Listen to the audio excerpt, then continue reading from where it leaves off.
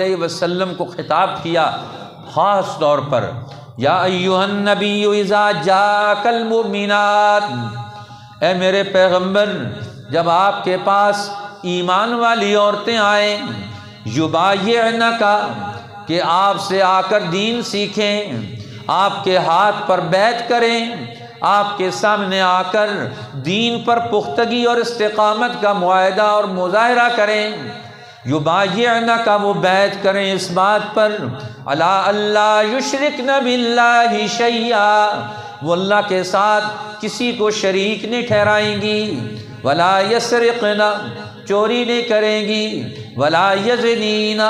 زنا نہیں کریں گی، ولا یقتلن اولادہن اور اپنی اولاد کو قتل نہیں کریں گی،